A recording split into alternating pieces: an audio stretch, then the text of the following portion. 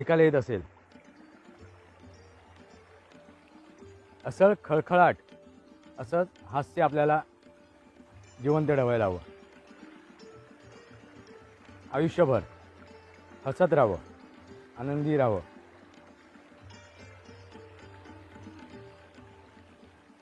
वेळ येते, वेळ जाते, परिस्थिती येते, परिस्थिती जाते, परिस्थिती बदलते,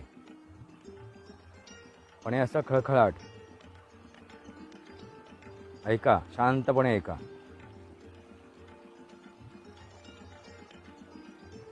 आनंद वाटत असेल हा खळखळाट ऐकून, हे हास्य ऐकून, खळखळून हास्य.